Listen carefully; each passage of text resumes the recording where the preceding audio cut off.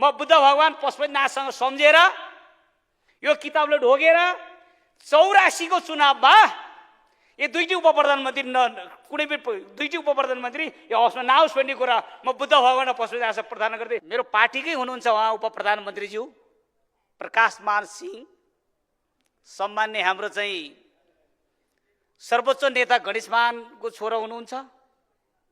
म यहाँलाई काठमाडौँ जिल्लामा 207 वटा 3 करोडको चाहिँ बजेट विभाजन गरिदिनु भएकोमा म प्रकाशमान उप प्रधानमन्त्रीज्यूलाई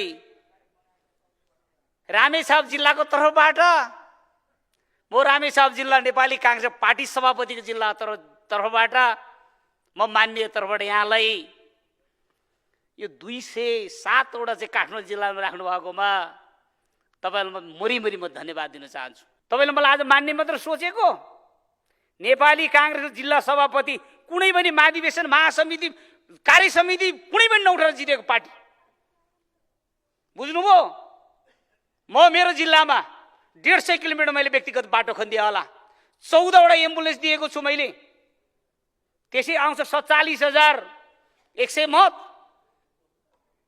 यो तरिकाले गर्थे तपाईले सुध्रिनुस्। म त एउटा जनजातिको छोरा, एउटा मान्ने, तपाईले मैले त सिधा कुरा गर्दिए, तपाई सुध्रिनुस् भनेर भन्दिया। तर अरु हरेक मान्छेले तपाईलाई च्याप्दै ल्याछ, च्यापेर आछ तपाईलाई। तपाईको 15 को महाधिवेशन तपाईसँग त्यतिखेर छलफल हुन्छ, तपाईसँग कुरा हुन्छ।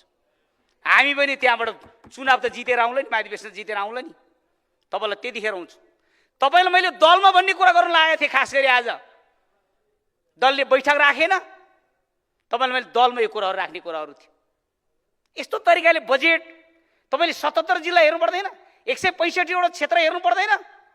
मेरो जिल्ला तपाई पुग्नु भएको छ, कति छ मेरो जिल्लामा भोट, कतिवटा क्षेत्रले घेरेको छ मेरो जिल्लामा। मेरो बुवा र आमाको नाममा 13 वटा एम्बुलेन्स एउटा सब वाहन दिएको छु। सरकारसँग आइसियु बेड थिएन कोभिडको बेलामा, मैले 28 लाख रुपैयाँ व्यक्तिगत लगेर चाहिँ मैले किनेर दिएछु। कसको लागि किनेर दिएछु? मैले त्यो रामेछाप जनता र पार्टी बलियो होस् भनेर मैले दिएको छु। तपाईले आज हामीले हेर्नु पर्दैन? हामी कांग्रेसको मान्ने होइन, रुख चिन्हबाट जितेको होइन हामीले। यो तरिकाले तपाईको राजनीति सब्रिन्छ।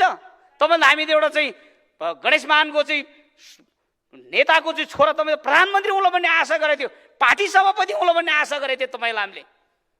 यो तरिकाले उप प्रधानमन्त्रीज्यू देश चल्दैन, डुबिसक्यो कांग्रेसहरु। तपाई सुध्रिनु पर्छ। यो तरिकाले पार्टी सबैले चाहिन्छ, पार्टी कुरो सबैले चाहिन्छ। सबै पार्टीको साथीहरु आएर चाहिँ बसिया छ। आज 6 महिना अगाडि दर्ता गरेको पार्टी 79 सालमा 6 महिना अगाडि दर्ता गरेको पार्टी आज 22 वटा जितेर आछ। त्यही पार्टीबाट जितेर उपसभामुख हुनुहुन्छ यहाँनिर। भोलि यस्तो पार्टी तपाईहरु जस्तोले गर्थे यस्तो पार्टीहरु भोलि हामी नेकपा एमाले, नेपाली कांग्रेस, माओवादीहरु चाहिँ यस्तै तरिका तपाईले चाहिँ बजेटको व्यवस्था गर्दिन, छुटेर भरि अर्कोले फाइदा लिने हो। म पनि अहिले त्यो जिल्ला हुर्केर आएको बसेको मान्छे हो। हाम्रो पनि त्यहाँ साथीहरु हुनुहुन्छ। तपाईले पनि यही 6 महिना अगाडि गएको पार्टीले 683 मतले मात्र जितेर आउनु भयो। तपाई पनि ख्याल गर्नुपर्छ, समयलाई सबैले मिलाउनु पर्छ। शहरी विकास मन्त्री धेरै भोटले जितेको होइन, 80 भोटले मात्र जितेर आएको झुन्डेर। हामी जस्तो 17,000 मतले जितेर आउनुपर्छ। अनि आएर दनाक दिने हो। तपाई अर्थमन्त्रीज्यू, तपाईलाई कांग्रेसको फेला नपरे, कांग्रेस लुते कांग्रेस भएर हो। घण्टीले 683 मतले मात्र सबैको रिपोर्टहरु हामीले लिएर बसेका छ। म यहाँ अन्तिममा सहमुख महोदय, मैले शहरी विकासको किताबलाई मैले लिएको छु। साथीहरुले यो किताबहरु च्यात्ने काम गरे। म यो जनताले कर तिरेको पैसाले बनाएको किताब हो। म च्यात्दिन। म बुद्ध भगवान पशुपतिनाथसँग सम्झेर यो किताबले ढोगेर 84 को चुनावमा यो दुईटी उप प्रधानमन्त्री कुनै पनि दुईटी उप प्रधानमन्त्री यो हाउसमा नआओस् भन्ने कुरा म बुद्ध भगवान र पशुपतिनाथसँग प्रार्थना गर्दै बिदा हुन्छु। धन्यवाद।